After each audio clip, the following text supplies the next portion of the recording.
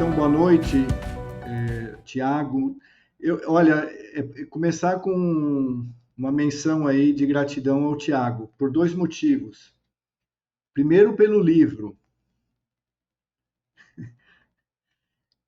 Quando eu comecei a ler, talvez uns 3, 4 meses atrás, eu escrevi: Tiago, nós vamos fazer um grupo, um bate-papo, entrevista, grupo de estudo.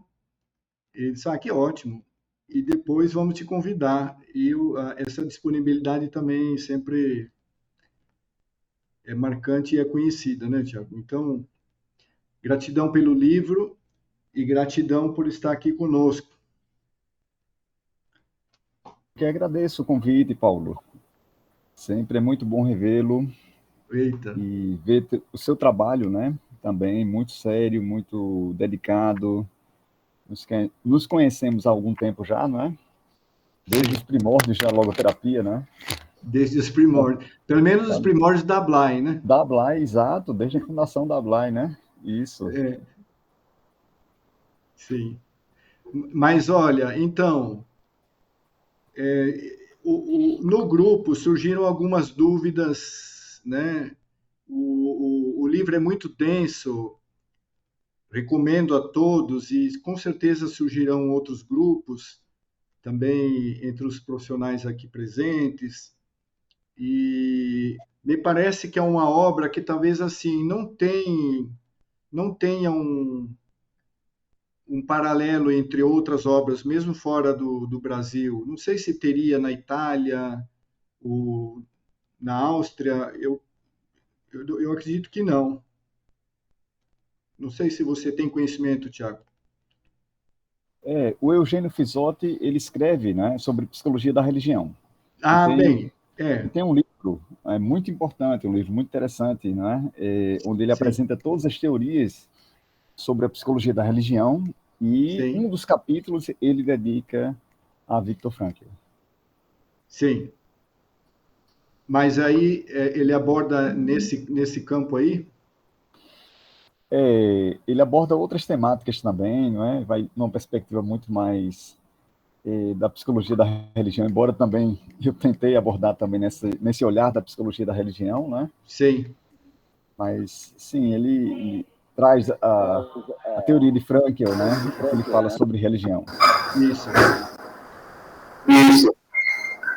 Clóvis, por favor, pode desligar o... Ok. Então, algumas questões que surgiram aqui no nosso bate-papo com o grupo.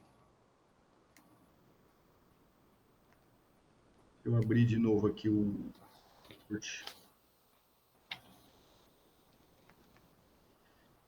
Então, assim, a título também de introdução, Thiago, o que você diria do teu relacionamento com o Frankl? Tanto do teu contato inicial, quanto do contato com ele hoje. Uhum. E então, meu primeiro contato com a perspectiva de Frankl, com a teoria de Viktor Frankl, Sim. foi em um retiro. Quando eu escutei pela primeira vez alguém falar sobre a psicologia de um prisioneiro no campo de concentração. Sim. E foi um padre jesuíta. Eu deveria ter meus 18 anos de idade. Eu fui animador de Crisma e tinha um assessor espiritual da Crisma chamado Padre Adriano Piguetti. Faleceu recentemente, Sim. aos 97 anos de idade. Foi a primeira vez que eu escutei falar sobre um prisioneiro no campo de concentração. Sim. Ele falou muito rapidamente. E eu gostei daquelas ideias, sabe? E fiquei com aquilo no meu coração. Né? Uhum. Tempos depois, eu fui a uma livraria aqui na minha cidade, chama-se, ainda existe essa livraria, né? Casa do Psicólogo, e tinha lá um livrozinho amarelo chamado A Psicologia do Sentido da Vida, de Isaac Chaucer. Sim. E eu peguei imediatamente esse livro, não abri o livro na livraria, peguei o livro, comprei e fui para casa andando a pé, né, Sim. Rapidamente para ler esse livro. E quando eu fui lendo esse livro, eu lembrei que eu já tinha escutado falar daquela pessoa que Isaac Chaucer estava descrevendo, aquele Sim. psicólogo no campo de consideração. E na minha época, apenas a editora Sulinas era que publicava o livro Em Busca de Sentido. Sim. Não existia pela Vozes ainda. E meu maior desejo naquele momento era ter esse livro. Então, li o livro da Isaac Chaucer, comecei a ler outros livros, e sempre que alguém ia viajar, nessa época, né, início da década de 90, não existia tão facilmente a internet, né, para a gente mandar Sim. buscar os livros, né? Sim. E sempre eu pedia a alguém que viajasse para outro estado, né, outra cidade, que se encontrasse o livro, um psicólogo no campo de consideração, que comprasse para mim. E até que uma pessoa, de fato, ia passando na rua, viu esse livro numa vitrine, né, da livraria, Sim. e comprou para mim. Então foi o meu primeiro livro, de Viktor Frankl, né? Era esse que eu tanto almejava conhecer. Esse livro perdeu-se, né? É um livro histórico para mim, não é? Mas ele se perdeu porque eu emprestei esse livro para uma pessoa que tinha perdido a sua esposa, que era psicóloga, Sim. e nunca mais me devolveram esse livro. Comprei novamente esse livro, né? Bom, agora pela editora Vozes, Sim. e Vozes e Sinodal. E aí conheci uma amiga em Brasília, emprestei esse livro para ela. Também ela não me devolveu mais. Meu segundo livro de Frankl que foi perdido, né? Depois eu comprei, agora sim, vou comprar esse livro, né? Tenho até hoje ele, né? E não empresto mais, né? Vou ficar com ele, né? Porque esse livro sempre vai escapando de mim. Sim. Comprei esse livro porque não tinha mais o livro Em Busca de Sentido, né? Sim. E depois comprei novamente uma nova edição do mesmo livro. Por que eu comprei essa nova edição? Né? Não estou vendo ele por aqui na minha estante. Ele, no final, na última página, tem o meu nome. Ah, Esse livro tem uma referência que Isaac Chaucer, quando atualizou esse livro, pediu para colocar o Centro Viktor Frankl de Campina Grande, da UEPB. certo, E certo. coloca meu nome também, Gutenberg, Germano, e colocou meu nome também. Eu comprei esse livro muito feliz porque esse livro eu queria tê-lo comigo, né? Certo. Com o meu nome aqui, esse livro que sempre ia se perdendo, né? Aham. Hoje, no final dele, na última página, ele se encontra o meu nome. Eu queria tê-lo em mãos quando eu conheci Viktor Frankl, mas Ah, foi um acaso, né? aham. Quando Isaac Chaucer, por ocasião dos 90 anos de Frankl, ela recebe um convite, a única da América Latina a receber um convite para ir aos 90 anos de Viktor Frankl. Uhum. Isso foi no ano de 1995. Eu conheci a obra de Frankl, eu comecei a conhecer os primeiros livros em 1989. Eu não costumo colocar datas nos livros, né? Sim. E esse livro, casualmente, alguém colocou a data do livro, o ano que eu adquiri esse livro. E daí eu sei, né? Quando exatamente, né? Eu comecei a ler sobre a teoria de Viktor Frankl. Em 95, eu já tinha concluído o meu curso de psicologia. Isaac Chaucer nos convida para irmos até Viena aos 90 anos de Viktor Frankl. Bom, eu levo então o livro Em Busca do Sentido, né? Para Sim. Frankl autografar esse livro. Não consegui o autógrafo. Né? Hum. Primeiro, a filha de Frankl tinha negado qualquer encontro com qualquer comitiva. Frankl já estava muito idoso, não poderia se emocionar. Sim. Então, negou a carta de Isaac Chaucer pedindo, né, Sim. esse encontro com a comitiva brasileira. Depois, Frankl aparece apenas no primeiro dia do evento. né? Apenas conferindo uma palestra que era, na verdade, uma entrevista com ele, tá? Falando sobre a vida dele, sobre como ele se sentia, né, ao completar 90 anos de idade. E naquele momento foi muito interessante, ele dizia que se sentia muito grato, né, que tem aquela mesma sensação de quando saiu do campo de concentração, ter gratidão e agradecer por mais um dia de existência. Tá? Chegamos em Viena, naquela época não tinha tantos voos, né, como tem hoje. Chegamos uma semana antes do congresso. Então, tínhamos uma semana até esperar o encontro, né? E no encontro eu queria, né, que Frankl assinasse o livro, né, autografasse esse livro. Sim. Bom, uma semana antes, o que é que fizemos então? Né? Vamos conhecer a cidade, vamos conhecer a Casa Sigmund Freud, vamos conhecer os parques de Viena, o Prater, e fomos conhecer um dia o rio que corta Viena, que tem uma valsa, né? Também Danúbio, né? O rio Danúbio. E Zachausen estava muito feliz nesse dia, né?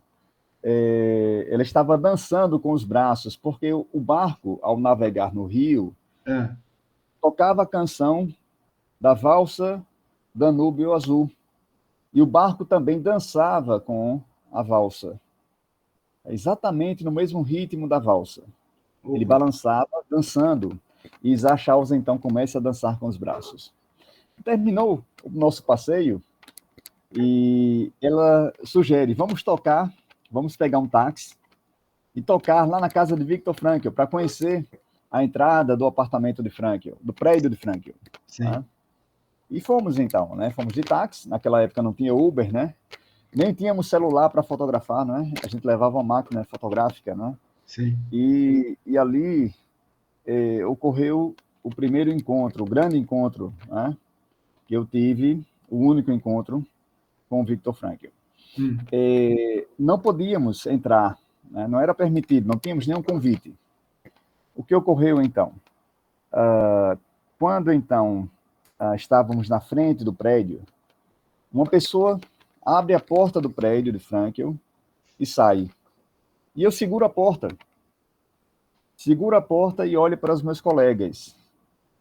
E eles entenderam, né? A porta da felicidade se abre para fora, né? Segundo Kierkegaard. Né? E entramos, então, no prédio de Frankl. Estava no térreo. No térreo, então, vimos onde Frankl habitava, primeiro andar.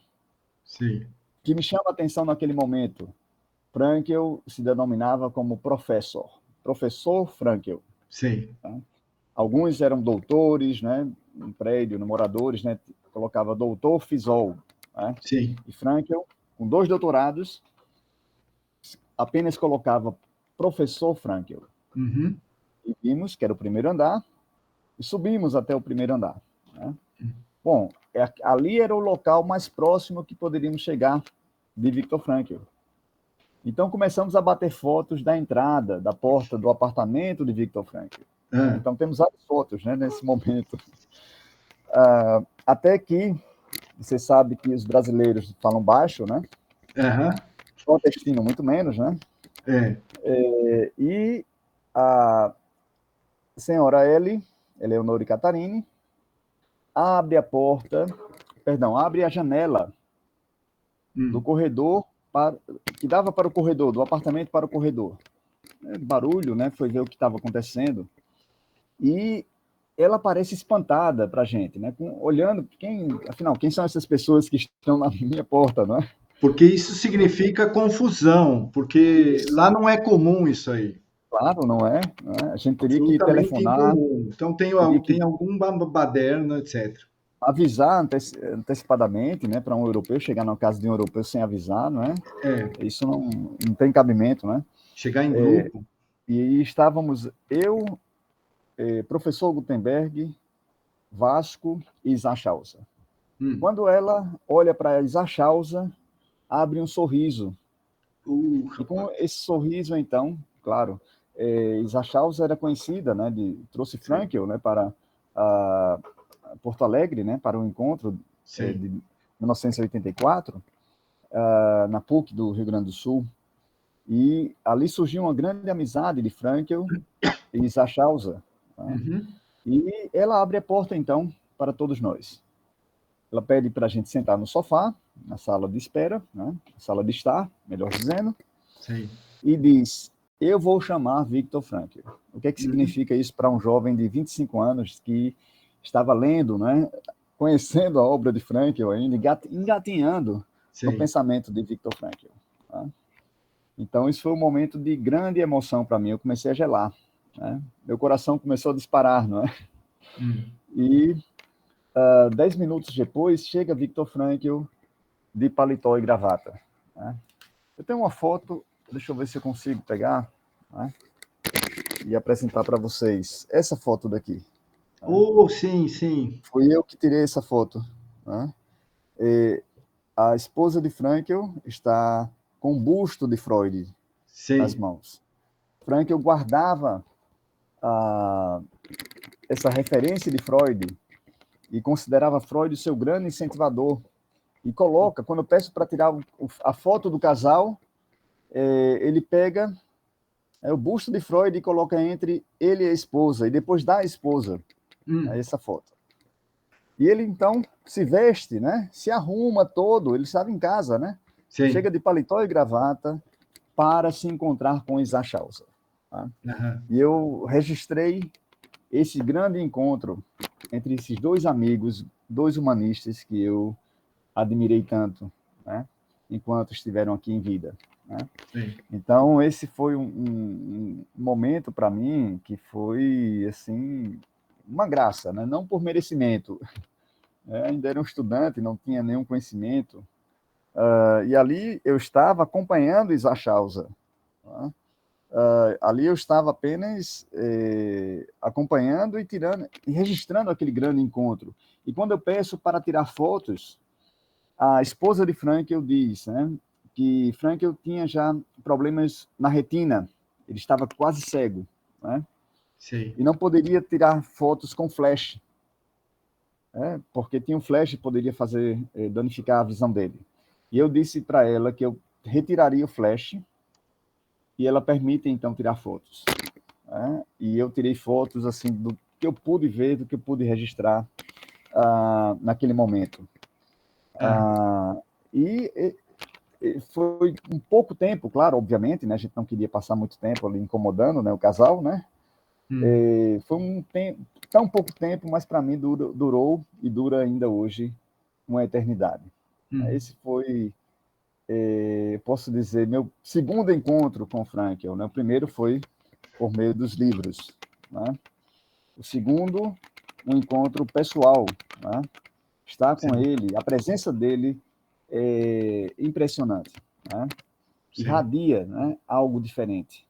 E eu perguntei apenas em alguns momentos, né, o que significava alguns objetos que constavam no prédio, no apartamento dele, né?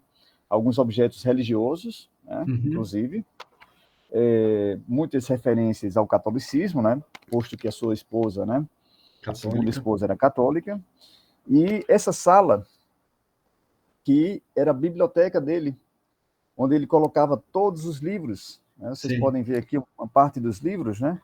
Nessa estante, os manuscritos originais e os títulos. Essa parede toda era tomada de títulos. E ele pega a torga que ele recebe no Rio Grande do Sul, né? Quando recebeu o título de doutor honoris causa em Porto Alegre. Ele mostra para a gente.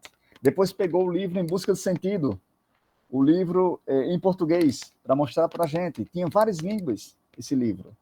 E eu não estava com o livro Em Busca do Sentido para ele autografar nesse momento. Infelizmente, não tenho esse livro autografado por ele, porque foi o acaso, né, que nós nos encontramos naquela tarde do mês de maio de 1995, em Viena. Esse, então, eu considero como o meu segundo encontro com o Viktor Frankl. Ter a presença dele, né? Estar próximo dele. Né? Em 2014, eu vou novamente a Viena, agora por ocasião de um congresso, onde eu conheci Solange Valquíria. Eu conheci Valquíria exatamente lá, nesse evento, né? Ela me procurou, né? E uma logoterapeuta brasileira, campinense, né? De Campina Grande, que hoje reside radicada em Viena e atende em consultório com a logoterapia. Tá? Sim. E esse foi o nosso encontro, eu e Valquíria. E o terceiro encontro com Viktor Frankl foi no cemitério de Viena. O que ocorreu naquele dia, naquele momento, quando a gente estava voltando de viagem. Foi uma comitiva, novamente, né? E era o último dia que a gente estava, né, no evento, e fomos voltar para o Brasil, fomos para o aeroporto. O que nós fizemos? O cemitério fica próximo do aeroporto.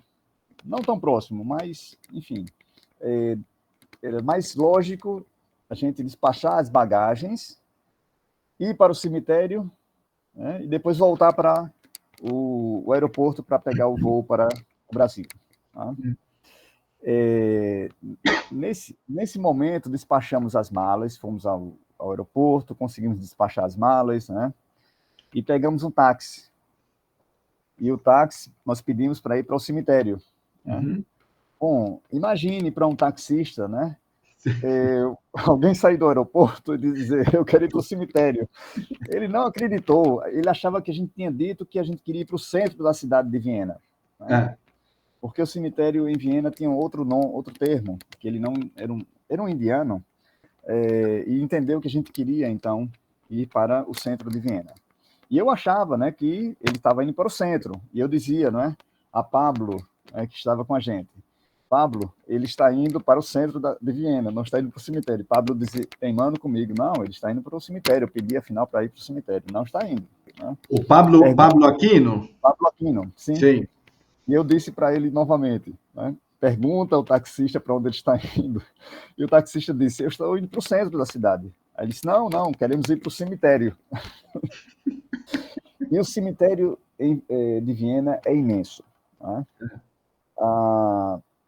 E imagine, a gente precisava entrar pelo portão correto. Se não entrar no portão correto, a gente se perde no cemitério. Tem várias alas, né? A ala muçulmana, a ala católica, a ala judaica. Sim. E finalmente chegamos na ala judaica. Só que não tínhamos a referência no local exato. Né?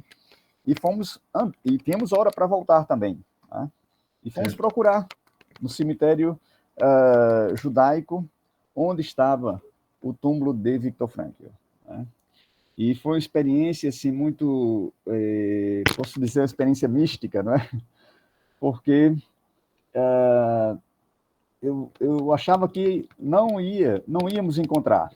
Né? A Gilmara estava conosco. Gilmara tinha desistido, né? Desistiu de procurar porque já estava cansada, né?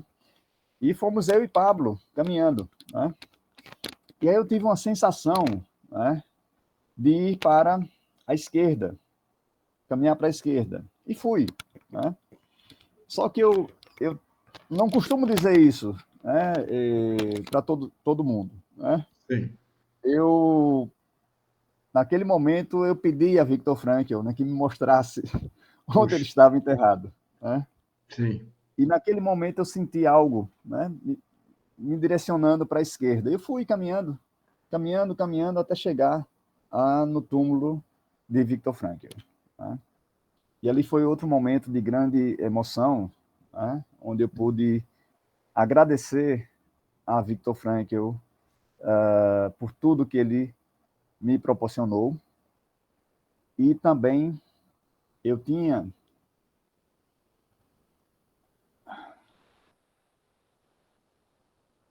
perdão. Obrigado, Thiago. Eu estou chorando aqui, imagina você ali, porque... Obrigado, Eu tinha uma Thiago. pedrinha branca que eu trouxe do Brasil, Sim.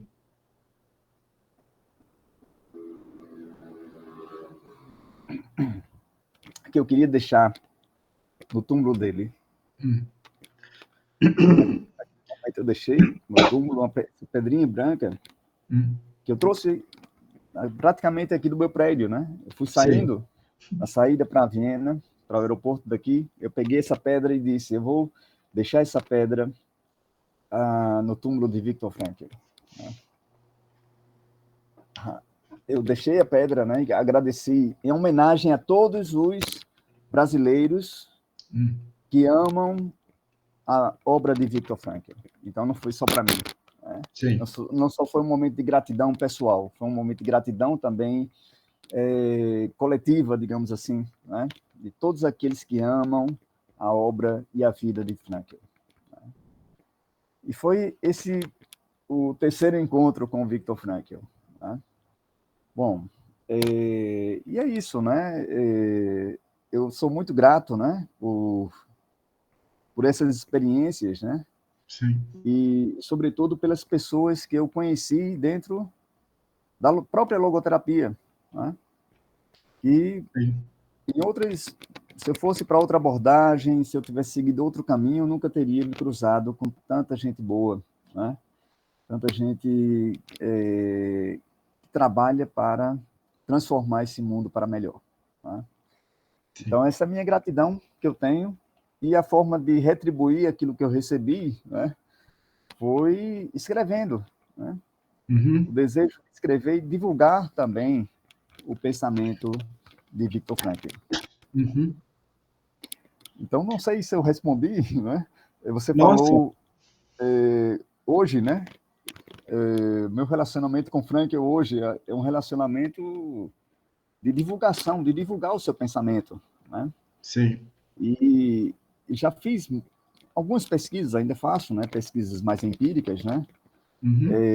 E hoje eu vejo um momento, ou vivo um momento, em retomar aspectos mais teóricos do pensamento de Frankl. Tá? Sim. E aprofundar cada vez mais. E esse livro, né, que vocês estudaram, né? Bom, eu sempre digo, é melhor estudar Viktor Frankl, né, por Viktor Frankl. É o local onde a gente tem, de fato, né, a fonte de Frankl, né, verdadeira, né, ali é a origem, né? Sim. É claro, né, um comentador, né, pode ajudar, pode facilitar. Né? E esse livro foi muito nessa perspectiva de facilitar, né, a compreensão de Frankl. Sim.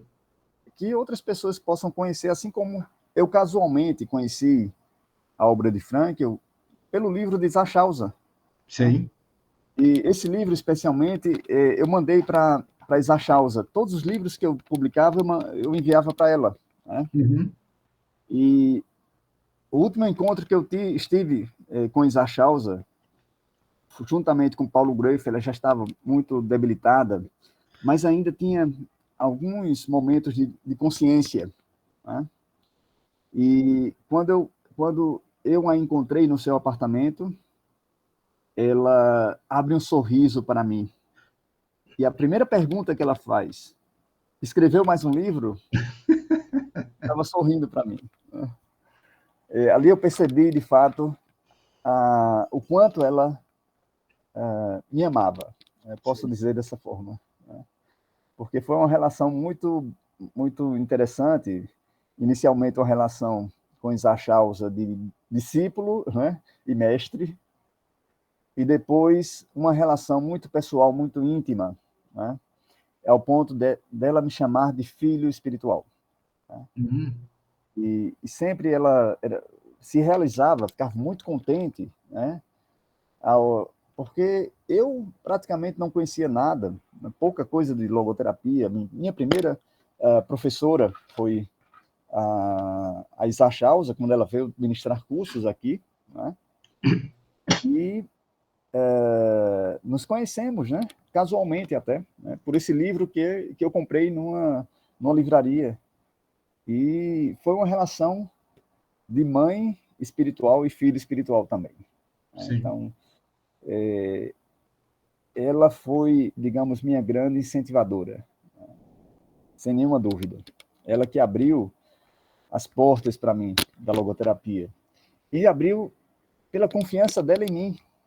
Eu não achava que era merecedor de tanta confiança, e isso foi fantástico, né? Ela sempre me incentivava, sempre vibrava com cada realização. E esse livro eu entrego para ela, né?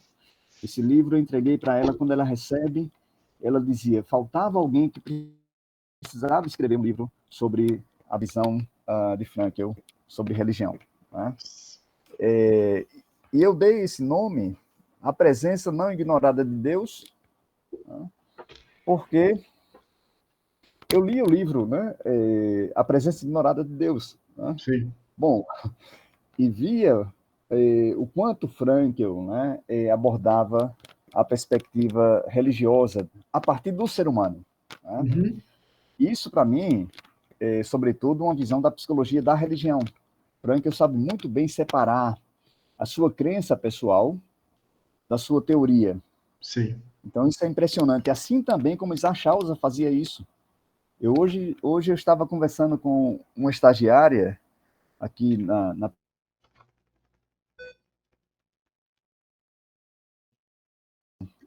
entre logoterapia e o momento religioso dela. Tá? Sim. Não misturava. Ali, quando ela estava no consultório, ela escutava o paciente como uma psicoterapeuta. Sim. Quando estava no serviço religioso, ela fazia, de fato, naquele ambiente, a sua prática religiosa. Uhum. Isso me impressionou muito. E penso que Frankl também sabia separar muito bem. Tá? E trata do fenômeno religioso como um fenômeno humano, demasiadamente humano. E isso é muito interessante, isso me chamava muita atenção. E eu percebia quantas pessoas faziam confusões entre religião e logoterapia, e ainda fazem, não é isso, Paulo? Fazem, sim. E Frankl tem um olhar, tanto quando ele fala, dialoga com Pinchas Lapide, podem perceber que ele pouco trata de teologia. Sim. Pinchas Lapide é um teólogo hebreu, e sabe muito bem a teoria de Frankl, né? Ele vai falando, vai comentando a teoria de Frankl. E Frankl sempre permanece na postura científica. Muito interessante ali. Quem entra na dimensão teológica é o próprio Pinchas Lapide. E Frankl apenas faz o diálogo, porque ele sabe muito bem esse limite. Tá? E algo importante também, que eu penso que acho que essa grande lição de Frankl, né? Frankl não reprimia a religião. Frankl sempre via a religião como um fenômeno humano, logo um fenômeno saudável. Sim. Quando ele se manifesta no consultório, quando se manifesta, por exemplo, no campo de concentração, as mais belas orações ele escutou no campo de concentração. Esse é o fenômeno humano. Né? Ou então, quando ele está no barracão da enfermagem, da enfermaria, e uma paciente diz que se sente muito só e apenas dialoga com uma árvore. Né? E Frankl pergunta, não é? Curiosidade de um psiquiatra, né?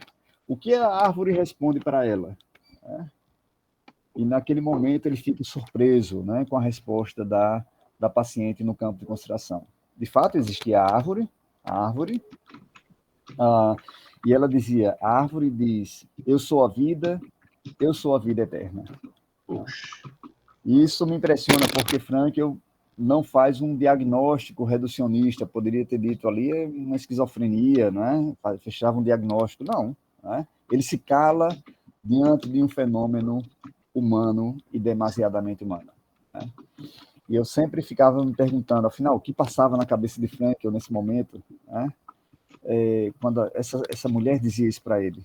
Né?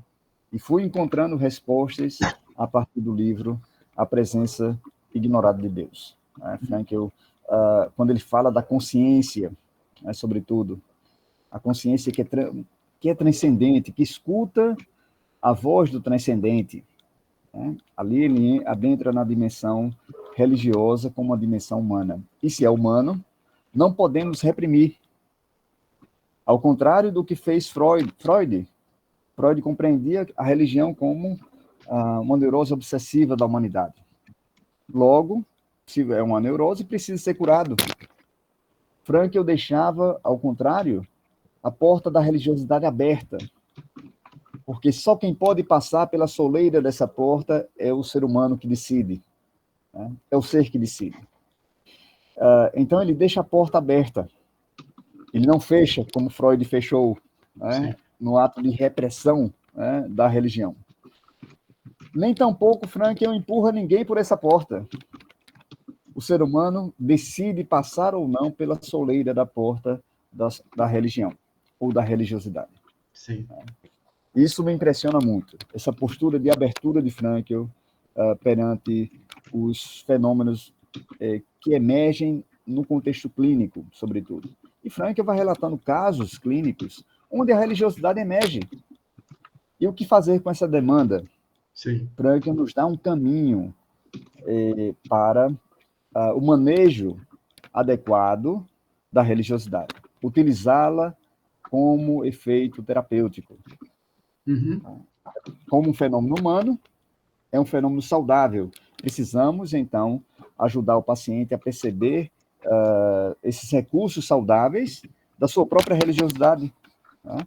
Não precisamos reprimir o fenômeno religioso, sobretudo quando emerge no consultório. Tá? Então, eu penso que Frankl tem muito a dizer à própria psicologia da religião, ao próprio curso de psicologia, que os alunos não estudam psicologia da religião. Né? Sim. E esse foi o caminho do livro, né? Tentar,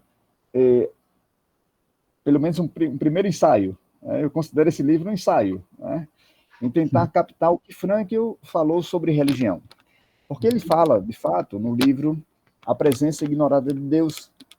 Mas em outros livros também ele vai abordando esse mesmo tema, ou aprofundando temas sobre religião e religiosidade. E meu intuito foi organizar esse pensamento de Frankl, né? O que ele falou, o que poderia ajudar, né, a entender o pensamento de Frankl sobre religião. Então, basicamente, esse foi o intuito do livro, né?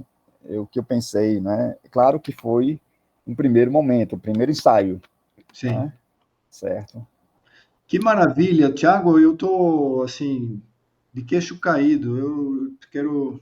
Mas, olha, porque você extrapolou, falou muito mais do que, inclusive, a própria pergunta, né? Já incluiu aí eu tinha uma ideia também de perguntar sobre a ideia do livro, você colocou tudo isso aí, tá ótimo. Agora, sobre o livro, veja, tem um detalhe aqui que nos chamou muita atenção, nas páginas 21 e 22, quem tiver o livro em mãos, aproveite. 21 e 22 são dois momentos, quando Frankl relata assim, o momento da libertação, na página 21, né? E depois, logo na página seguinte, o relato de uma senhora que sabia que ia morrer em breve. Agora, o que chama atenção, que são dois momentos de profunda gratidão, tanto dele, uma gratidão por estar vivo, né? Por estar livre. E aí, só que o momento seguinte, uma pessoa que está à beira da morte, que sabe que vai morrer. Sim. E aí a minha pergunta assim, como explicar essa gratidão? A que se deve a gratidão em pessoas que sofreram tanto? Como é que você vê isso? Sim. Eu li recentemente uma reflexão do Alexander Batiani. Ótimo. Nesse livro daqui, Logoterapia e Análise Existencial. Fantástico. Ótimo, sim. Né? Ele e Elizabeth Lucas, né? O que me impressiona é essa primeira parte do livro, talvez o primeiro capítulo, né? Onde ele retoma um conceito de Frankl do livro Em Busca de Sentido. Felicidade é ser poupado daquilo de ruim que pode ocorrer. Felicidade é aquilo que pode é ser poupado. Tá? E essa é a frase de Frankl, essa é a definição de Frankl de felicidade no próprio campo de concentração. Felicidade é ser poupado. Tá? Esse era um conceito, porque não existia felicidade em si no campo de concentração. Se você foi poupado naquele dia, isso foi um dia feliz. Né? E Frankl observava algo na sua prática de vida, na sua filosofia de vida. Por exemplo, quando ele teve um problema ocular, quase ficou cego. Né? Naquele momento, Elizabeth Lucas vai visitá-lo, né? Para saber como estava o estado psicológico de Frankl. E ela fica impressionada pelo estado de humor de Frankl. Estava bem, o estado psíquico dele estava bem. E ele dizia, não é? Poderia ter sido pior. Se isso tivesse me ocorrido na minha juventude ou no auge da minha carreira como escritor, né? Teria sido terrível. Né? Ele foi poupado, né? Porque o problema de visão só veio ocorrer numa idade muito avançada. Né? Então, essa perspectiva de Frankl, prática, não é? Ajudou ele na arte de viver. E talvez aqui tenha algo também, essa é a minha intuição, né? Tem algo do judaísmo dele, da visão judaica. E é o judaísmo também que ajuda Frankl, o judaísmo no sentido filosófico, né? Sim. De uma filosofia de vida também, que ele vai sintetizando para a sua teoria. Eu tenho algumas hipóteses, né, sobre isso também, né? Essa importância da visão judaica na construção do pensamento da logoterapia. Tá? Acho que isso foi de grande relevância para Frankl, ter nascido nessa cultura judaica. Sim. Essa compreensão judaica da vida que o fez também perceber a vida por uma outra ótica. É um pensamento diferente. O pensamento judaico tem um pensamento diferenciado. Né? E Frankl conseguia ver algo positivo também em uma situação negativa. Esse fato da gratidão, então, em pessoas que estão numa condição desfavorável, né? Ou de sofrimento, ou no destino sofrido, esse era o termo que Frankl utilizava. Essa pessoa se encontra em um destino sofrido. Mas mesmo esse destino sofrido não determina completamente o ser humano. E aqui há algo de uma grande realização. Né? Nesses momentos em que o ser humano não escolhe esse destino, é um destino que ele não escolheu, mas ele escolhe a postura diante desse destino sofrido. Né? Isso também é um momento de grande realização humana. E por isso, um grande momento também de gratidão. A gratidão de Frankl em ser liberto do campo de consideração. Né? Mesmo com o destino sofrido, né? Ele poderia ter saído do campo e ter muito rancor, né? Ter muita raiva. Né? Ou, naquele momento, também ele poderia agir como outras pessoas. Né? Agora eu fui perseguido, né, durante esse período, agora eu vou perseguir aqueles que me perseguiram. Né? E Frankl propõe o quê? O perdão. Perdão e gratidão. Duas características fundamentais de Frankl. E eu colocaria uma terceira característica também, a compaixão. Me impressiona muito quando Frankl relata que um dia pretendia fugir do campo, juntamente com outros colegas. E ele estava cuidando, naquele momento, dos prisioneiros com tifo. E um prisioneiro pergunta a ele, olhando nos olhos de Frankl, e quem vai cuidar de nós, se você fugir? E Frankl ficou com uma inquietude no seu coração, uma inquietação no seu coração, até o momento que ele abandona a ideia de fugir. Essa compaixão de Frankl pelo ser humano que sofre, né? Isso também compõe essa tríade, gratidão, compaixão, e perdão. Isso transforma o ser humano. Mesmo em uma condição de sofrimento, ele ainda pode se posicionar, ele pode perdoar, ele Sim. pode ser grato, ele pode ter compaixão de algo ou de alguém, né? Então, isso faz com que o ser humano também possa ser um ser humano ativo, né? Se posicione também perante o seu destino sofrido e também possa ser grato mesmo quando a vida não é tão boa, né? Porque ele foi poupado de algo, né? Que poderia ter sido pior. Sim. Hoje, minha aluna, que faz estágio no hospital universitário aqui, né, da minha universidade, ela relatava um caso de um paciente e ela utiliza também esse conceito de Frankl na sua intervenção, né? Felicidade é ser poupado. Você, de alguma forma, foi poupado. É um paciente que está com metástase, um câncer avançado, muito jovem ainda, e ele é mestre em filosofia, tem mestrado em filosofia. E houve um processo de conversão religiosa antes do adoecimento dele. E ele relatava isso. Antes de descobrir sua doença, ele tinha passado por um processo de conversão religiosa. Uhum. E, naquele momento, né, a minha estagiária afirma para o paciente: a felicidade é ser poupado. De alguma forma, você foi poupado também. Não conheceu, não se converteu apenas pelo sofrimento, está nessa condição de sofrimento. Mas antes de estar no hospital, ele tinha vivenciado ou tinha tido uma experiência religiosa de conversão, né? Felicidade é ser poupado.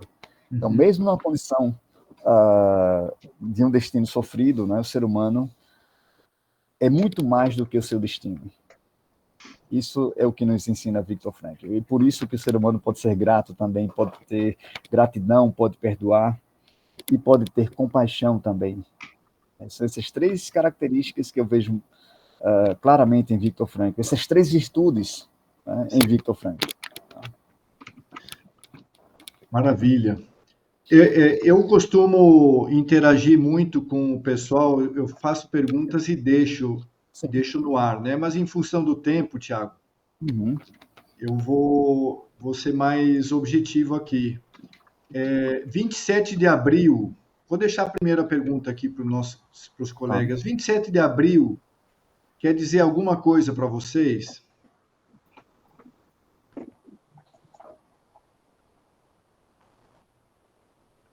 Fica matutando aí. 27 de abril. Agora, Tiago, será que a gente não está perdendo a oportunidade de festejar a data 27 de abril? Porque esse ano me veio assim, poxa, mas é um dia de comemoração.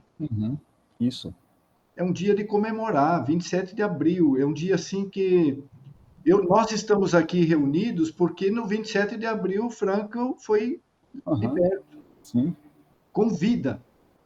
Sim. Com vida e com toda essa experiência, como o Tiago diz, né, de gratidão. E assim, aí tem podemos colocar outra questão ainda, Tiago, o sentimento de dever que ele sempre sentiu para com a humanidade. Eu preciso, a logoterapia não é para mim. A logoterapia, eu preciso deixar a logoterapia. Quando ele perdeu o manuscrito, ele conta isso Em Busca de Sentido, né? Ele perdeu o manuscrito que os alemães tiraram. Ele disse: não, eu preciso escrever, eu quero escrever esse conteúdo. E aí aquilo o manteve. Então, esse sentimento de dever também, de manter, eu acho que. Agora, Tiago, é você o responsável aí, essa data, 27 de abril, não pode passar em branco. Sim. Sim. Nós fazemos, então, o Memorial Viktor Frankl, aqui na nossa universidade. Tá? Fizemos uma vez online, e justamente no dia 27 de abril. Esse ano fizemos também novamente, só que fizemos presencial. Foi presencial? Foi presencial esse ano, isso. E eu quis fazer um dia mais comemorativo, de fato, né? Só teve uma palestra, foi a palestra do Gutenberg. E depois um momento vivencial também. Sim. Trouxemos um casal dançarinos de tango e tocamos a música, o tango de Frankel, e foi belíssimo ver agora o tango sendo interpretado por um casal dançando. Os dois eram professores de tango, né? E foi fascinante. Então foi um dia mais para a gente rememorar, né, a obra de Frankel, a vida de Frankel, o pensamento de Viktor Frankl. Né? E eu tenho, Paulo, também essa data como uma data muito especial para mim, né? Uma data terapêutica. Né? Opa! E talvez, eu não sei se eu já revelei isso, eu já comentei sobre isso, né? Eu faço isso não constantemente, né? E foi um período muito difícil da minha vida, que eu estava passando por um sofrimento na minha própria instituição de ensino. Né? Sim. Bom, e eu comecei a lecionar, coincidentemente, nesse período, né? Estava sendo muito difícil para mim, né? E eu comecei a lecionar uma disciplina na pós-graduação, análise existencial do fenômeno religioso. E primeiro, para apresentar a obra de Frankl, eu sempre apresento a vida de Viktor Frankl. Né? E quando eu estava apresentando, eu nunca decorava, afinal, para que decorar números, né? Nunca decorava o dia da libertação de Frankl, 27 de abril. E estava lá no slide, né? Essa data e a foto de Viktor Frankl, como ele estava quando sai do campo de concentração. Né? E eu dizia para os alunos, né, nesse momento, né, olhava para o slide, 27 de abril, estava escrito, né, foi a data da sua libertação em 1945. Né? Bom, aí uma aluna me perguntou, nesse momento, parou a aula e me perguntou, professor, você sabe que dia é hoje? E eu disse, não. Bom, se eu não sei datas, né, não decoro datas, imagine decorar o dia, né? Sim. Enfim, eu sou meio distraído, né? E aí ela me disse, né, professor, hoje são 27 de abril. Uma feliz coincidência. Exatamente, né? Nesse slide que eu estou apresentando agora foi a data da libertação de Viktor Frankl. Considerei isso apenas como uma coincidência. Né? Bom, tem uma frase de Frankl que diz o seguinte: o acaso é o lugar onde o milagre se aninha. Perfeito. Eu encontrei essa frase novamente. Né? Valquíria tinha me passado essa tradução dessa frase e eu reencontrei no livro de Elizabeth Lucas, um dela, livro Histórias que Curam. Né? Sim. Ele traz essa frase. E aí, no outro ano, eu fui lecionar a mesma disciplina. Bom, apresentei o mesmo slide, né? Estava ali apresentando a vida de Frankl, cheguei no dia 27 de abril de 45, e aí lembrei da coincidência e parei a aula. Dessa vez foi eu que parei, para contar a coincidência que eu tive com o Viktor Frankl. E falei para os alunos, olha, gente, o ano passado eu estava dando essa mesma aula, estava nesse mesmo slide, e uma aluna parou a aula e disse, professor, sabe que dia é hoje? E eu disse, não sabia, e ela me alerta, né? Hoje é 27 de abril. E relatei isso para os meus alunos, assim, com uma coincidência feliz, né? Na minha vida. E aí, uma aluna, novamente, perguntou para mim, professor, você sabe que dia é hoje? Não, que dia é hoje? Hoje é 27 de abril. Caramba. Duas coincidências, né, me aconteceram sequencialmente. Bom, para um logoterapeuta, né, isso deve chamar a atenção. Né? Deve ter um sentido por trás, né? E eu fiquei pensando por muito tempo, né? Duas coincidências assim, né? Deve ter um sentido. Não encontrava o que isso queria me dizer, né? Até que um dia estávamos lendo o livro de Frankl e Pinchas Lapide, com o meu grupo de estudo. Sim. Né? E Frankl estava relatando exatamente o dia de sua libertação, um aluno estava lendo, né, essa passagem, né, onde Frankl diz a Pinchas Latide, né, essa data, né, que ele tinha sido liberto, 27 de abril. E aí eu escuto as palavras que Frankl pronunciou nesse dia. Né? Para quem passou num campo de concentração, nada se deve a temer. Nada se deve temer, a não ser o seu Deus. E naquele momento isso teve um efeito terapêutico. Né? Eu percebi que era exatamente isso que eu precisava escutar. Então foi um fenômeno terapêutico também, estudar Frankl, e estudar Frankl nessa condição de uma coincidência. Sim. Né?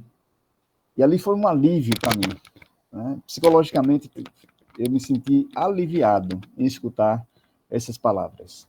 E aí sim eu descobri o sentido. Né? Quando a gente descobre o sentido, né? Enfim, isso tem um efeito profundamente terapêutico na nossa alma. Né? E ali foi o meu momento terapêutico. Sim. Que ótimo. Essas histórias aqui passarão. De fato, mas muita coisa em Frankl é terapêutico. Eu fazia um esclarecimento, Tiago. Você disse que é melhor estudar Frankl diretamente. Eu não vou discordar de você. Eu não posso. Mas os teus livros, esse teu livro, ele pega uma veia do Frankl também que poucos conseguem colocar. Porque ele é também poético. Você transmite uma leveza, uma poesia que me agradou muito. E depois, seguinte, os meus grupos, porque nós temos aí dezenas de grupos para profissionais. Os meus grupos são voltados para as pessoas que têm medo da terapia, ou então que não sei o quê, papá. E aí, né? E médicos e outros não ligados diretamente ao trabalho como profissional. Então tem sido muito oportuno. Também livros do Frankl, né? Naturalmente. Sim, claro. E esse teu, eu acredito que é um farol aí no nosso cotidiano. Agora, eu não sei se o pessoal tem outras perguntas, mas eu tenho outras ainda. Depois tenho mais uma que relaciona um pouco com o aspecto do judaísmo propriamente. Depois tenho perguntas de 3 momentos do livro onde me pareceram um pouco mais difíceis, pode ser útil para todos nós. Mas assim, uma beleza do livro, Tiago, eu gostei de ver assim como você relaciona. Claro que o Frankl ele expressa claramente a fé judaica, né? Ele nunca fugiu desse tópico. E isso eu acho que é uma lição para nós também, né? Porque a gente tem um certo medo, assim, de se dizer, eu creio. Isso aqui parece que é um... E Frankl diz, não. Embora não é naturalmente não é o ponto que nós colocamos aos pacientes, mas assim, se nos é indagado. Agora, para escrever, você estudou também alguma coisa do judaísmo ou foi somente lendo Frankl Isso é uma questão assim que eu descobri essa relação. Primeiro, tem um livro da Bela, né, que fala sobre essa raiz judaica em Viktor Frankl. Eu acho que ela foi a primeira, tem um mérito, né, de trazer, né, Frankl e judaísmo. Né? Eu fiquei encantado com aquele livro. Também há uma entrevista de Fisotti, salvo engano foi Fisotti, que perguntou a Frankl qual foi a influência do judaísmo na sua obra. E ele dizia, Frankl sempre fugia dessa pergunta, nunca respondia. Eu sempre achei, então, intuitivamente, que tinha alguma relação. Né? Deve ter alguma relação para Frankl não responder essa pergunta, não é? O fugir dessa pergunta, o incomodar de alguma forma, né? Deve ter alguma relação. Claro que ele não queria que a logoterapia fosse uma espécie de psicologia judaica, né? Sim. Não, isso não. Não, exato. Talvez ele tenha decantado a sabedoria humana e transformado essa sabedoria numa teoria científica, para ajudar o ser humano a redescobrir a arte de viver. Sim. Então, acho que Frankl conseguiu captar, de alguma forma, isso. Né? Sim. E eu fui procurar, então, algumas leituras da filosofia judaica, Martin Buber, né? E outros pensadores também judaicos. Né? Uma aluna minha começou também a fazer essa relação. Então, como eu estou atualmente no curso de Ciências das Religiões, né, eu precisava, né, me encaixar, né, cada vez mais com o meu curso, né, que eu estou agora lecionando. Né? E o judaísmo, para mim, foi uma descoberta em Frankl que, de fato, podemos, então, fazer essa leitura de um cientista das religiões. Não um teólogo, mas um cientista das religiões poderia identificar elementos do judaísmo em Viktor Frankl. Né? Esse livro, então, eu tento tirar o verniz, né? Começo a tirar o verniz. Claro que aqui não está tudo. Né? Foi um primeiro momento, assim, um primeiro ensaio, né? Essa relação também, essa influência de Frankl do judaísmo. Né? Publiquei também alguns artigos sobre isso, né? Tentando aprofundar cada vez mais e identificar elementos judaicos, tentando também complementar esse livro. Acho que alguns artigos que eu publico, né, foram em função desse livro, para aprofundar temas que eu não, na época, não tinha aprofundado. Né? Claro, faltava também maturidade ainda para chegar em outros textos e outras compreensões também do pensamento de Frankl. Né? E eu começo, então, a escrever essa relação também em outros artigos, juntamente com uma aluna. Né? Outra aluna de mestrado, está entrando agora no mestrado, vai fazer essa relação também, fez essa relação e está aprofundando também outros livros também judaicos e o pensamento de Frankl. Né? Eu publiquei também um artigo sobre o Golem, porque Frankl fala do Golem, essa história mítica do Golem, 2 vezes.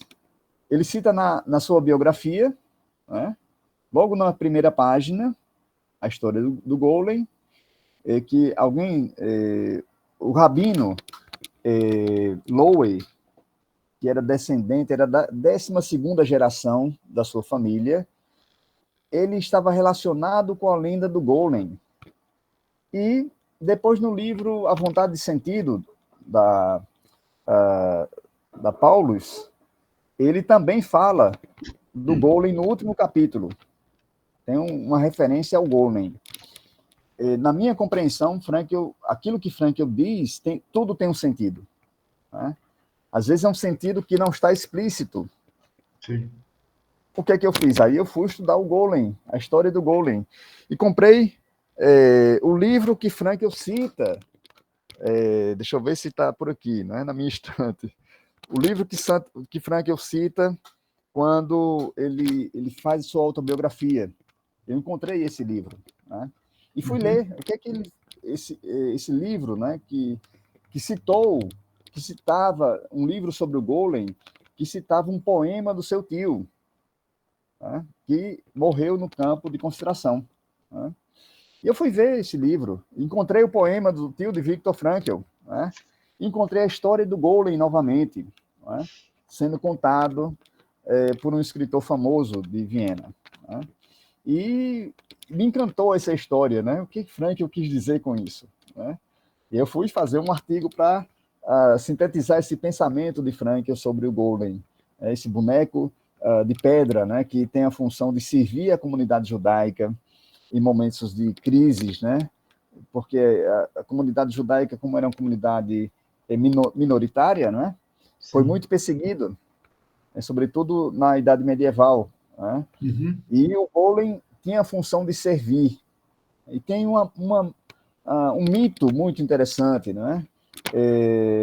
perdoe-me, né, se eu chamo de mito, né, porque a história é uma história mitológica judaica, né? Sim.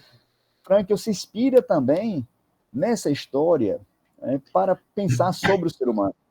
Então, essa cultura judaica de Frankl vai ajudando também a construir o seu pensamento, né?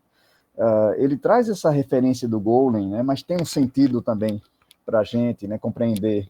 Então, a minha forma de entender Frankl é entender também como Frankl pensava, entender o pensamento de Frankl. O pensamento judaico tem algo diferente, né, do nosso pensamento ocidental.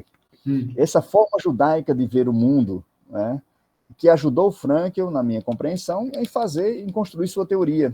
Né? E essa forma também que a gente precisaria aprender.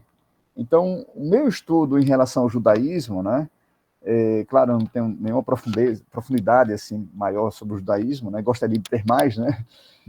Acho também que, por exemplo, quem vai compreender o judaísmo é quem nasce na cultura judaica, que tem um pensamento profundo, um pensamento difícil, né, também, né.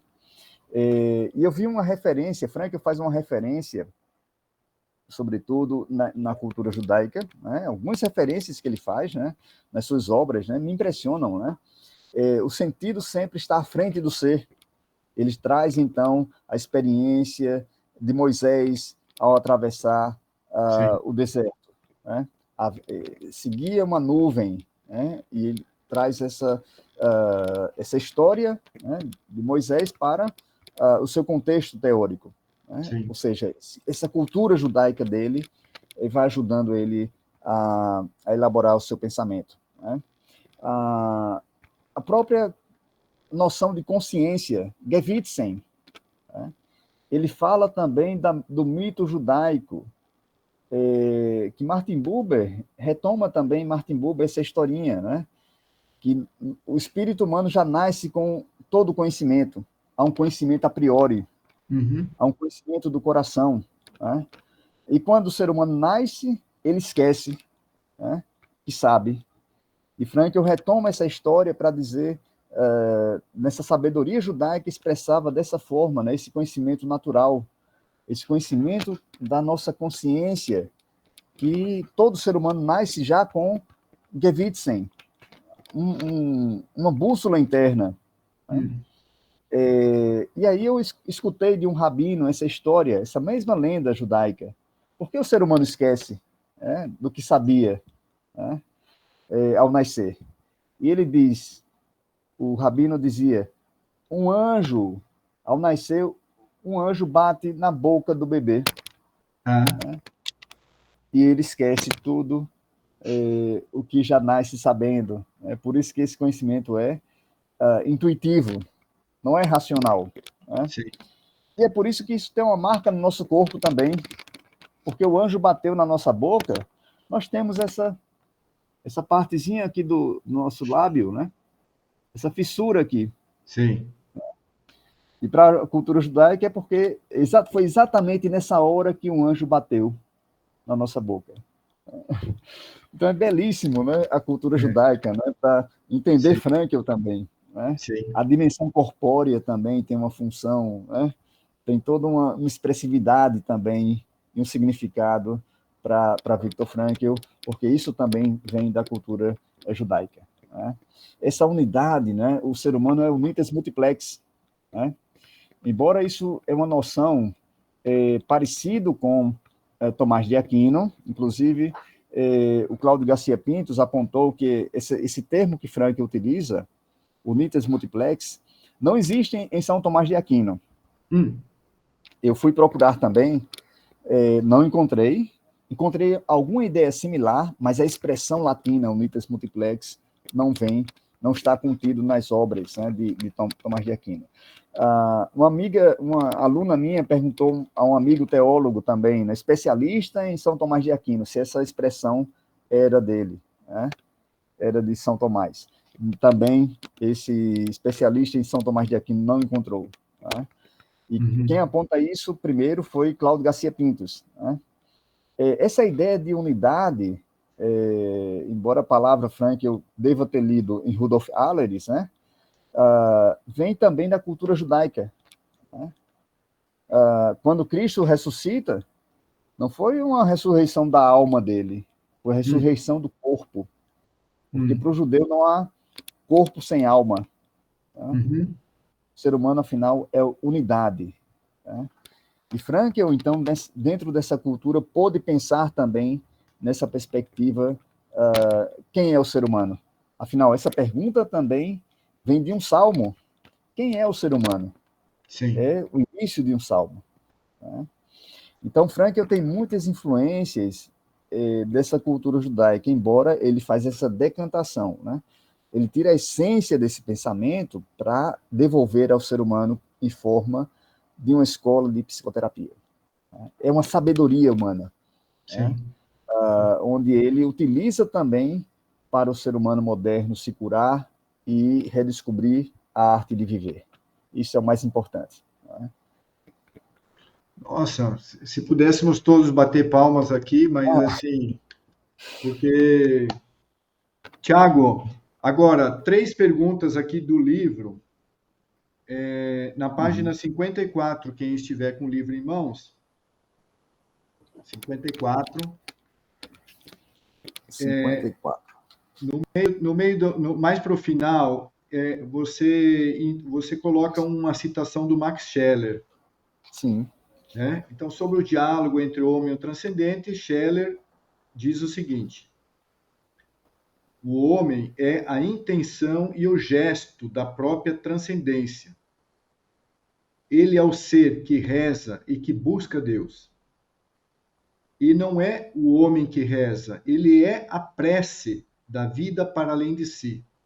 Essa frase aqui eu fui entender só pela 10ª vez que eu li. E não é o homem que reza, que parecia uma contradição, mas o homem, ele é a própria prece da vida para além de si. E ele não busca Deus. Ele é o X, ele é o X vivente que busca Deus. Como é que essa última parte, você poderia explicar algo a mais aqui? Ele não busca Deus, ele é o X vivente que busca Deus? Em Frankl, né, eu poderia tentar falar sobre, sobretudo, essa frase, ver o que Frankl, né, falou, não diretamente dessa frase, mas da influência de Frankl em Max Scheler. Né? Primeiro, ele diz, né, que a logoterapia é a aplicação prática da filosofia de Max Scheler. A grande influência de Frankl é Max Scheler. Então, precisamos conhecer um pouco mais, aprofundar mais aqueles teóricos que influenciaram Viktor Frankl. Aí eu sempre, uma vez uma aula eu disse aos alunos, né, e eles gostaram disso, né, para a gente entender Frankl, precisamos entender a filosofia que influenciou Viktor Frankl, o judaísmo e a arte. É um tripé. Né? Por que a arte? Viktor Frankl, quando ele escreve de uma forma poética. Quando ele escreve, ele faz uma relação do homem e a arte. A existência é como se nós estivéssemos construindo um próprio monumento. É uma obra artística. É uma estética da existência. Né? Então, ele tem muita influência da arte em sua obra. Ele vai escrevendo de forma artística e citando também o que é a arte, né? Citando obras artísticas para compreender, cita a literatura, né, por exemplo. Né? E depois da guerra, eu descobri isso ao ler o Alexander Batiano. Frankl recebeu vários artistas em seu apartamento. Era um ponto de encontro entre os artistas de Viena, sobreviventes à guerra. Tá? Ou seja, Frankl tem grandes influências da arte. Compara a existência como uma criação artística. Tá? Então, para a gente compreender Frankl, precisamos entender filosofia, os filósofos que Frankl foi influenciado, compreender a arte e compreender o judaísmo. Né? Essa influência judaica em Viktor Frankl. Eu falei isso em uma aula, né, durante a pandemia, para os meus alunos, eles gostaram muito. Né? Depois eu fui escrever também alguma coisa sobre, não terminei ainda, né? Algumas coisas eu inicio e depois retomo, né, com o tempo. Né? E aí me chama a atenção sobre a oração. Frankl também fala sobre a oração. Tá? No livro Fundamentos Antropológicos da Psicoterapia, já nas últimas páginas, ali Frankl retoma essa ideia da oração. Tá? A oração numa perspectiva fenomenológica. A oração presentifica a relação do eu com um tu transcendente, com o Deus pessoal. Tá? É o momento mais íntimo, né? Momento genuíno do movimento religioso do ser humano, do espírito religioso do ser humano em direção ao seu Deus. E Frankl, nesse momento, ele diz que o homem não deveria falar de Deus. É impossível falar de Deus. Afinal, ninguém viu Deus, né? Apenas podemos falar com Deus. Isso, essa frase parece muito com a frase de Wittgenstein, quando ele diz: daquilo que não podemos falar, devemos calar. Aquilo que não podemos falar, devemos calar. E Frankl retoma, bom, Deus ninguém pode falar sobre Deus, apenas podemos falar com Deus. Esse é o momento da oração. É o momento onde se presentifica o homem religioso. E aqui eu acho muito interessante porque a gente não tem livros sobre isso, né? Sobre psicologia da oração. Né? Existem livros ensinando como rezar, né? Como fazer orações, mas não existem livros que estudam esse fenômeno de forma fenomenológica sobre a oração no ser humano. Há um livro que eu encontrei recentemente, né? Ele está por aqui perdido, achei, né? Que não trata de Viktor Frankl, né? Mas é um livro de psicologia, né? Psicólogos modernos, né? O Spilka e o Kevin Lade, Psicologia da Prece, Psicologia da Oração. É o único livro que tem sobre essa temática. Tá? Atual, né? Livro atual, escrito, deixa eu ver o ano, em 2013, a edição dele. Né? Poucos psicólogos se deteram sobre essa temática, e Frankl também fala sobre isso, assim como William James também falou sobre esse fenômeno da oração em seu livro, né, no seu clássico, né? Frankl retoma também essa dimensão da oração para o homem religioso. Né? E talvez para Frankl, né, o mais importante é o agir no mundo. Né? O ser humano se define mais pela ação do que pelo que ele fala. Né? Então, a oração também é um momento importante para o homem religioso. Inclusive, Frankl, né? Ele fazia oração dos salmos. Todos os dias ele meditava os salmos. Né?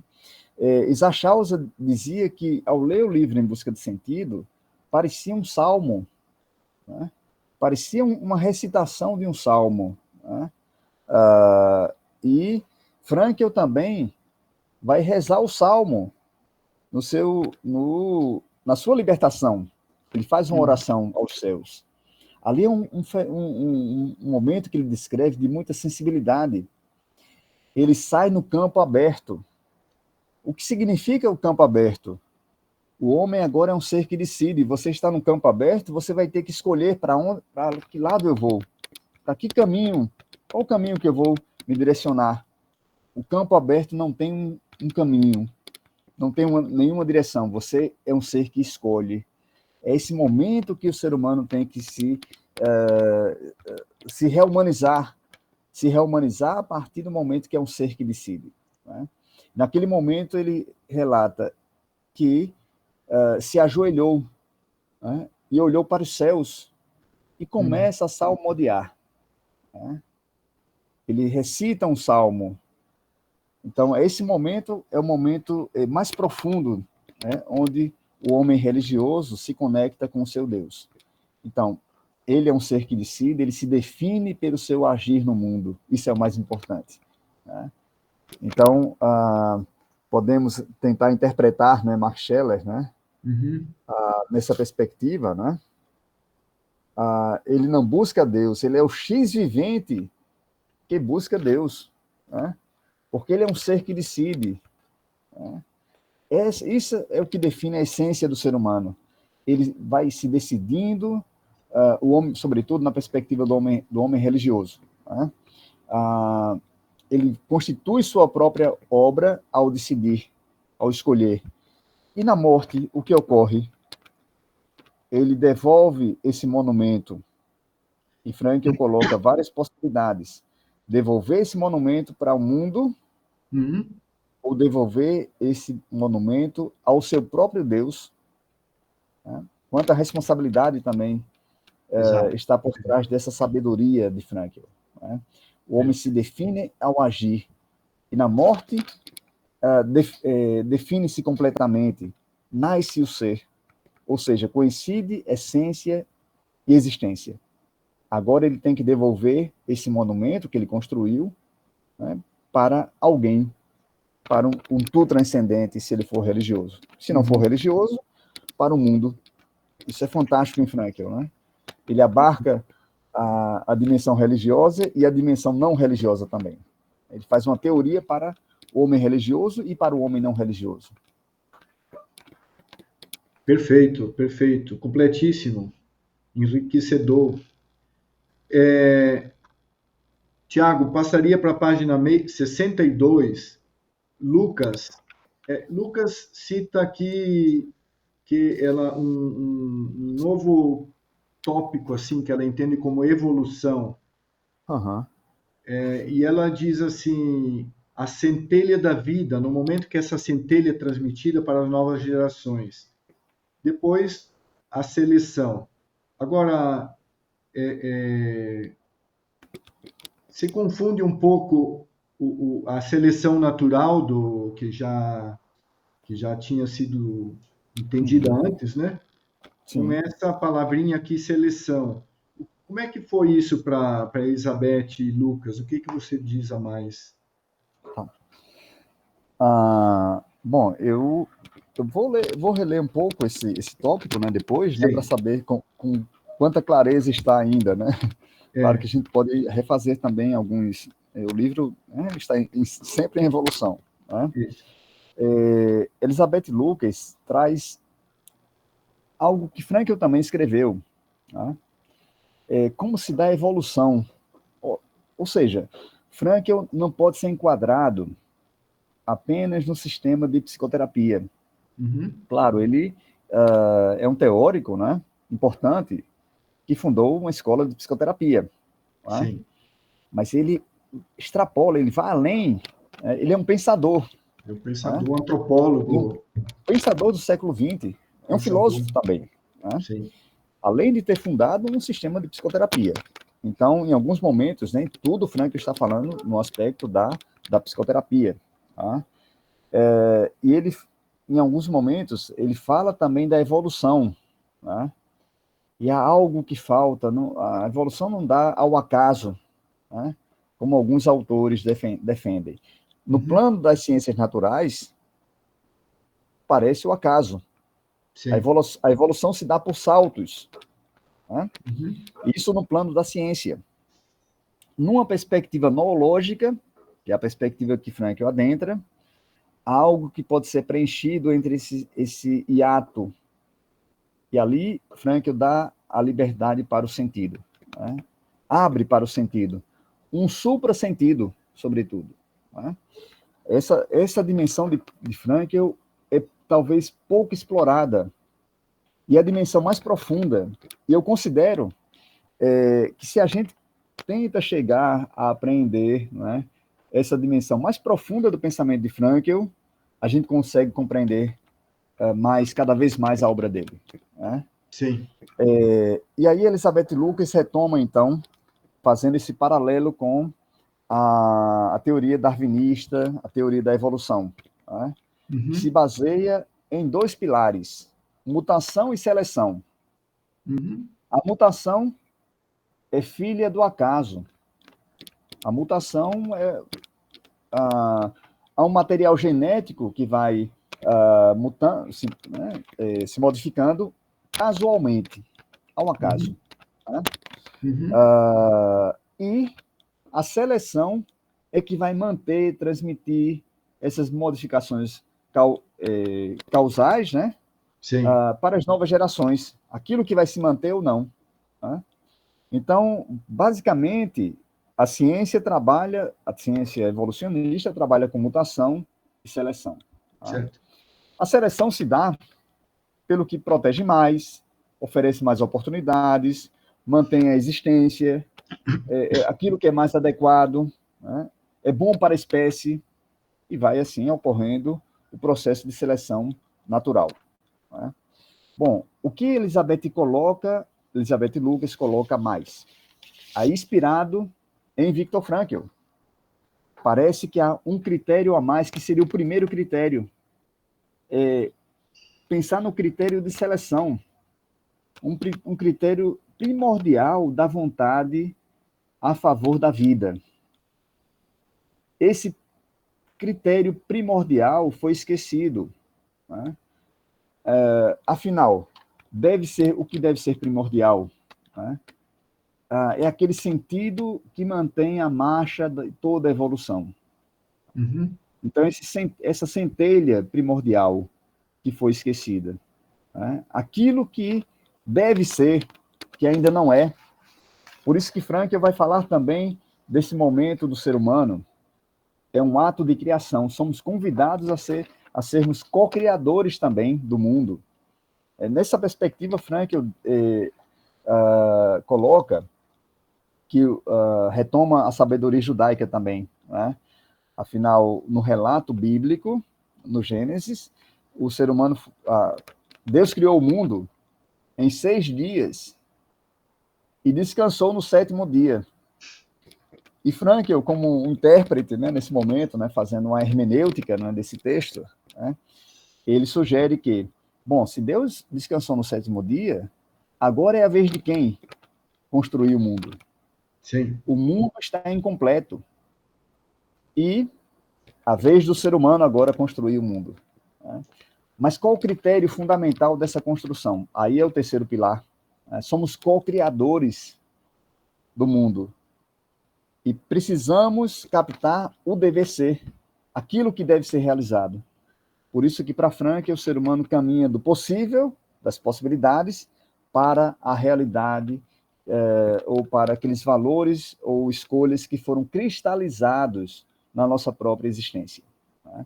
Então, o mundo é incompleto, o mundo ainda está sendo criado. E quem está criando o mundo? Nós, os seres humanos. Bom, Uhum. por isso que Frankl diz, né, no campo de consideração, o mundo poderia ser tão belo. Né? Sim. Se todos os seres humanos realizassem o seu dever ser, aí sim o mundo seria belo, esteticamente e eticamente belo. Né? Para tanto, todo ser humano precisa realizar, toda a humanidade precisa realizar aquilo que deveria ser, o Sim. seu potencial, o seu dever ser, a ética do sentido, né? Para transformar esse mundo em algo melhor. Gente, olha, eu teria. Paulo, posso fazer minha perguntinha? Não, então, Sim. eu ia introduzir você agora, porque. Não, mas a minha pergunta é muito de ordem prática. Ah, É porque, Tiago, né? Eu espero que seja uma contribuição também, porque o seu livro é maravilhoso. É porque você cita Lucas e você fala, né? Lucas 2005, só que esse livro não está na bibliografia. é verdade. Ah, É não E está. verdade. aí, então, eu queria te perguntar que livro é esse? O que não está escrito. Não, perdão. Eu Histórias marquei. que curam. É no Histórias que Histórias que curam. Curam, no nosso Exato. famoso Histórias que Curam. Exatamente. O último capítulo, ela vai explicar a teoria da evolução. É belíssimo esse capítulo. Né? Sim, eu sei. Ela vai explicar a teoria da evolução à luz de Viktor Frankl. E é uma ideia que Frankl coloca em alguns livros, né? Em forma de uma sinoide. Sim. Né? E ele coloca, vai explicando, né, esses pontos, né, que faltam falta na compreensão do cientista, que ele não vê, né? Porque ali se abre a dimensão noológica. Né? Ali a ciência não consegue captar, mas Frankl consegue. Né? Ali é uma dimensão muito profunda. Ele fala muito pouco sobre isso. É uma pena que Frankl não escreveu mais sobre. Ou a gente não sabe, porque né, o Battiani agora está com uma super responsabilidade, porque ele está com acesso a todo o arquivo pessoal. Sim. Possivelmente ele possa ter escrito, sim, mas isso. não tenha publicado à época, né? Ainda temos esperança, então. Sim. Inclusive, né, eu soube, o Paulo, não sei se está ciente disso, mas que a Valquíria estava traduzindo aquele livro da Lucas, Frankl e Deus. Belíssimo. Tem um livro em alemão que se chama belíssimo. Frankl e Deus, e a Valquíria estava nesse processo de tradução, não sei se já concluiu. Sim. Que não sei, né? Quem sabe o Frankl traz aí alguma questão nesse âmbito também. Sim. Né? Nossa, que ótimo. Mas mesmo aquilo que Frankl escreveu tão pouco, né, tem muito significado. Sim. Né? Às vezes Frankl escreve uma ideia em um parágrafo, como, por exemplo, a ideia do monoantropismo. Monoantropismo, Frankl não aprofunda tanto, mas tem tanta coisa por trás dessa ideia, né, que a gente pode utilizar nos dias atuais. Né? Então, não precisa escrever muito. Para Frankl, ele escreve o essencial. O essencial porque ele quer que a gente reflita também sobre essas temáticas. Né? Agora, o que eu penso que é mais profundo, né, é essa ideia de Frankl da evolução. Né? Porque ele integra o ser humano no mundo. Né? Assim como há uma unidade entre o homem consigo mesmo, há uma unidade do homem com o mundo. Essa ideia é fundamental para a compreensão de Frankl. Essa ideia de unidade. Sim. Né? E ele vai refletindo cada vez mais, aprofundando cada vez mais, né, até chegar no suprassentido. E uma vez eu escutei uma definição de suprassentido belíssima, acho que eu comentei com Solange, né, no seu grupo, Solange, de Marta Iglesia. Eu perguntei a Marta Iglesia de onde ela tinha tirado esse conceito de suprassentido. Ela disse que foi Frankl. Está no livro A Presença Ignorada de Deus. Não encontrei. Possivelmente ele tenha dito essa definição em uma conferência. A definição era: o suprassentido é o sentido que dá sentido a todos os outros sentidos. Esse é o suprassentido. De uma forma simples, direta, sucinta, consegue resumir nessa definição, né, um conceito tão complexo que é o suprassentido. Né? Ou seja, todo ser humano tem o seu suprassentido. Logo, todo ser humano tem sua dimensão espiritual e religiosa. Sim. Tem o seu suprassentido. Seja o nome que você atribuir, qualquer nome, é o sentido que dá sentido a todos os outros sentidos. É o sentido mais amplo. Né? Pois então, Tiago, aqui a última pergunta mexe com esse tópico, né? Tá. Página 66, Uhum. né? Página 66, quem tiver com o livro. Porque logo no início, porque isso é uma coisa que você cita aqui, mas é pautado em Frankl, né? Permanece sempre, o suprassentido permanece sempre inacessível. Isso. Esse sempre, eu fiquei com uma perguntinha, porque Frankl cita que no instante final, aí esse sempre, será que é sempre mesmo? Uhum. Né? Porque ele não pode ser a gente pode ter uma intuição, um acesso no instante final ou nos momentos finais, né? Digamos assim, sei lá, aqueles minutos que você encontra consigo mesmo. Sim. Talvez a expressão mais adequada, né, seria inacessível para a razão humana. Para a razão, pronto. Eu acho que Frankl, ele não é uma teoria racionalista. Ele foge do racionalismo. Sim. Há um conhecimento pré-reflexivo, um conhecimento do coração, uma sabedoria do coração. Né? Sim.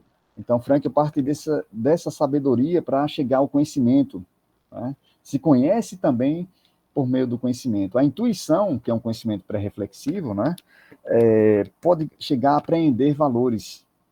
Então, se apreende esses valores, ou os valores mais amplos, né, o absoluto, ou supra-ser, por meio da intuição ou da fé. Então, há algumas correspondências na obra de Frankl, intuição e fé. Né? Há algo similar.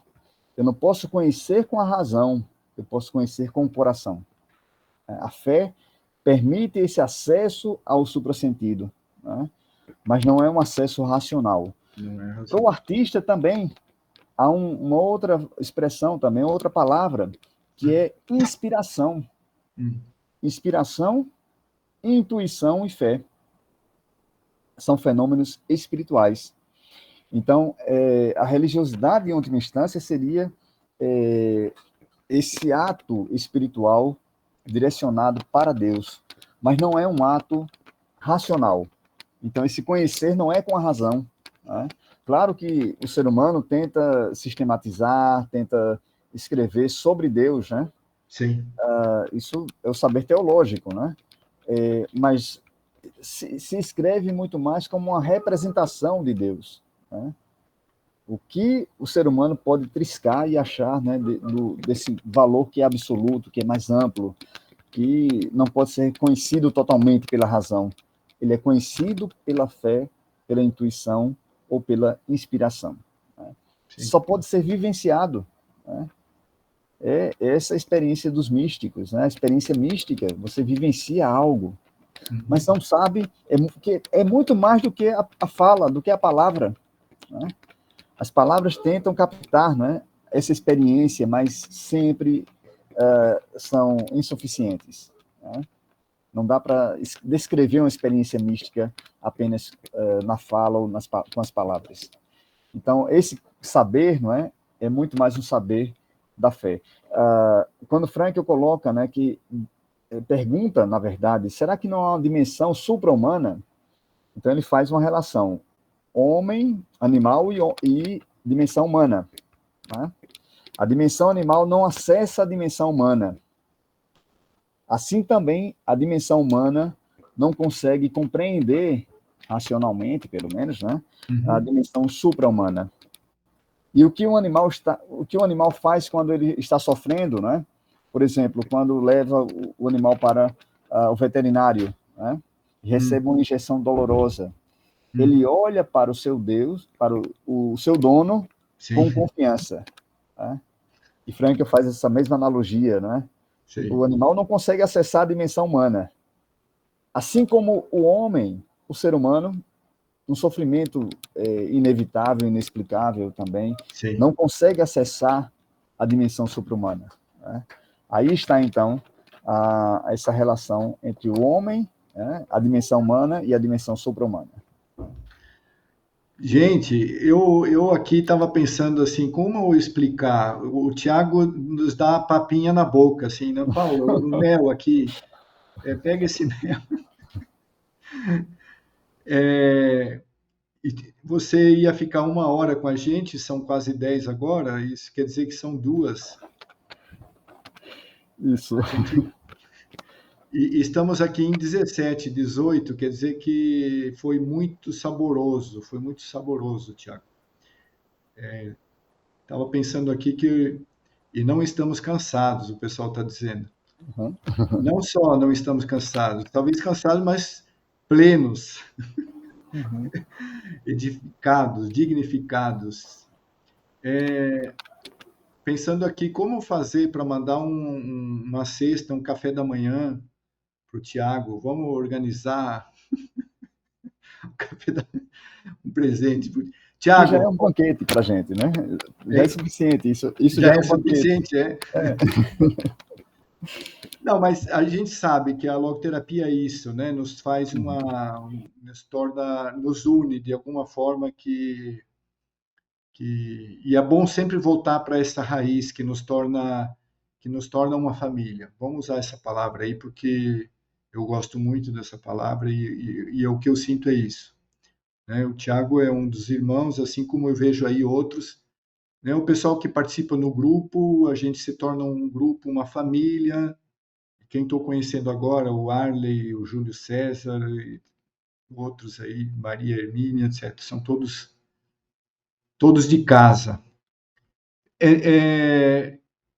Eu deixo quem quiser dizer uma palavrinha, mas não vamos alongar muito para o Tiago, porque alguma outra dúvida, uma palavrinha, para dizer obrigado, Tiago. Uai, eu sempre tenho 1000 palavras para o Tiago. Gratidão, gratidão, gratidão, gratidão. 1000 vezes. Muita riqueza, Tiago. Verdade. A sua pessoa é uma pessoa plena de uma riqueza, né? Compartilhar da sua convivência já é uma alegria muito grande, né? Mas os seus conhecimentos também nos iluminam, né? Porque Frankl é um autor muito particular, né? Na sua proposta, nas suas ideias, na sua vida. Então é muito bom, né? Quando você nos ilumina assim, né? Esses espacinhos e a gente vai se aproximando mais, né? Do nosso queridíssimo mestre. Muito obrigada, viu? Sempre. E vamos lembrar, a gente se comoveu. Eu me comovi quando você estava lá no cemitério e foi levar uma pedra no nosso nome também, porque aqueles presentes e os futuros logoterapeutas, né? Então, estamos aí dentro desse grupo. Mas é isso. Gente, de coração, Tiago, teremos outras possibilidades, né, de nos encontrar presencialmente, etc. Quem sabe virtual também. Também, muito bom reencontrá-los. Gratidão, pessoal. Boa noite. Obrigado, professor. Obrigado a todos. Obrigado. Boa noite. Boa noite. Obrigada. Professor, obrigada a todos.